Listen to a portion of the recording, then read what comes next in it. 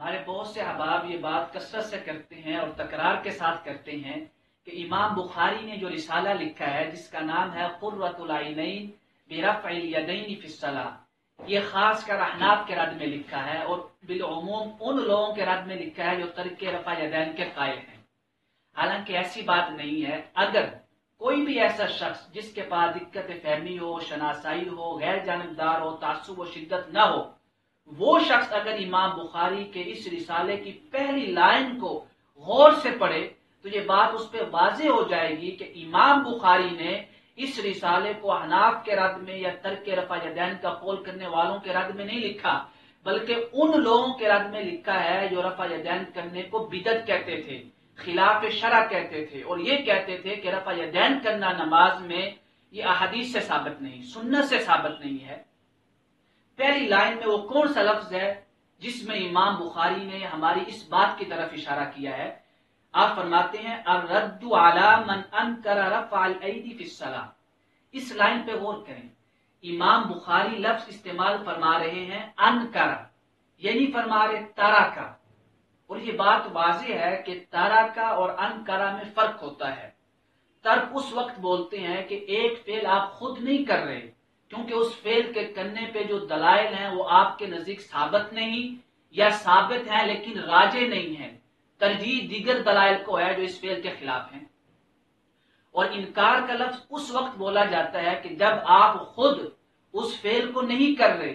لیکن آپ ان لوگوں کو بھی جو دیگر اس فعل کو کر رہے ہوتے ہیں ان کے بارے میں کہتے ہیں کہ یہ خلاف شرع ہے، یہ بدعت کام ہے اور یہ سنت سے ثابت نہیں ہے، احادیث سے ثابت نہیں۔ تو جب آپ دوسروں پر اعتراض کریں کہ شرع سے ثابت نہیں تو اس کو انکار کہتے ہیں، ترک نہیں کہتے۔ اسی لیے امام بخاری نے پہلی لائن میں لفظ استعمال کیا ہے انکرا۔ اب ہمارے بعض احباب یہ سوال کریں گے کہ آپ کے پاس یہ دلیل کہاں سے ہے کہ انکرا سے مراد امام بخاری نے صرف وہ لوگ لیے ہیں جو رفع یدین کرنے کو بدعت کہتے تھے؟ اس پہ بھی دلیل خود امام بخاری کے اسی رسالے میں موجود ہے جب وہ حدیث ذکر کرتے ہیں 74 نمبر اور صفحہ ہے 54، اس میں انہوں نے واضح یہ لفظ لکھے ہیں کہ میں نے یہ رسالہ کن کے رد میں لکھا ہے۔ وہ کہتے ہیں قال البخاری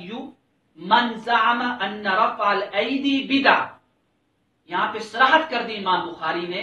کہ وہ لوگ جو گمان کرتے ہیں کہ رفع یدین کرنا نماز میں تکبیر تحریمہ کے علاوہ رکوع کے وقت یا رکوع سے اٹھتے وقت رفع یدین کرنا یا ہاتھوں کو اٹھانا یہ بدعت ہے، وہ لفظ بول رہے ہیں بدعت ہے، تو مطلب یہ رسالہ احناف کے رد میں نہیں، نہ ہی ان لوگوں کے رد میں ہے جو ترک رفع یدین کے قائل ہیں، بلکہ خاص کر ان لوگوں کے رد میں یہ رسالہ لکھا گیا ہے جو رفع یدین کرنے کو بدعت کہتے ہیں، خلاف شرع کہتے ہیں، اور اس کی صراحت خود امام بخاری نے 74 نمبر حدیث کے تحت اور صفحہ 54 میں ذکر کر دیا، صراحت فرما دی ہے۔ آگے ان لوگوں کا بھی ذکر کرتے ہیں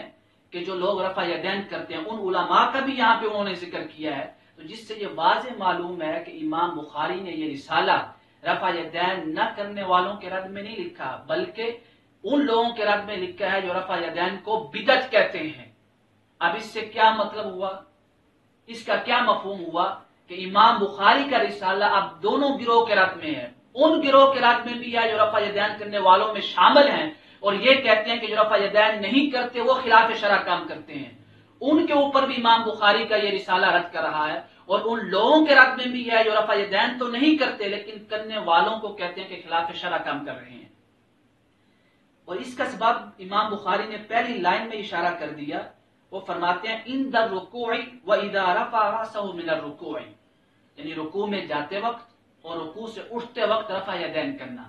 اس میں امام بخاری نے احناف کی اس روایت کی طرف اشارہ کیا ہے جو مقبول النصفی سے روایت ہے، جس میں یہ صریح لفظ ہیں کہ جس نے رکوع میں جاتے ہوئے جب اٹھتے وقت رفع یدین کیا اس کی نماز باطل ہو جائے گی۔ حالانکہ یہ روایت خود ائمہ احناف کے ہاں غیر معتبرہ ہے،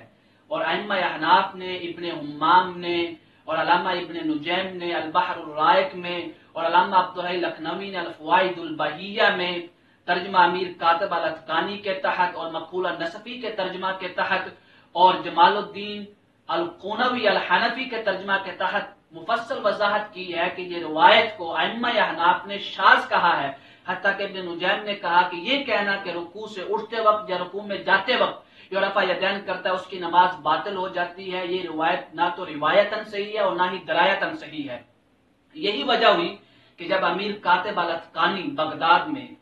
دمشق کی ایک مسجد میں گئے 27 رمضان المبارک کو، تو وہاں پہ آپ نے ایک ایسے امام کے پیچھے نماز پڑھی جو شافعی تھا، اس نے رفع یدین کی، اور نماز پڑھنے کے بعد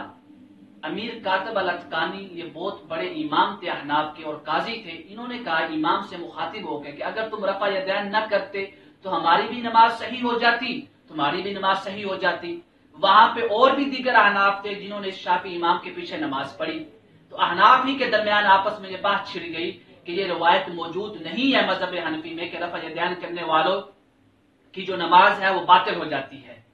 اس کے بعد کیا ہوا کہ امام سبکی تقی الدین سبکی اور امیر کاتب الاتقانی کے درمیان مناظرہ ہوا، اور مناظرۃ الامام سبکی کے نام سے اب یہ کتاب طبع بھی ہو چکی ہے۔ اس کے بعد جب جمال الدین القنوی الحنفی آئے، ابی سنا القنوی الحنفی، انہوں نے بھی ایک مستقل رسالہ لکھا ہے جس میں انہوں نے یہ مفصلاً بیان کر دیا ہے کہ روایت مقبول نصفی جو ہے جس میں یہ ذکر ہے کہ رفع یدین کرنے سے نماز باطل ہو جاتی ہے، یہ روایت شاذ ہے، مردود ہے، قابل اعتبار نہیں۔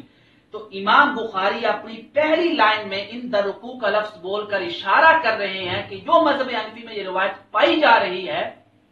حالانکہ وہ روایت غیر معتبر ائمہ احناف کی ہیں، وہ روایت سبب بنی ہے امام بخاری کے اس رسالے کو لکھنے میں۔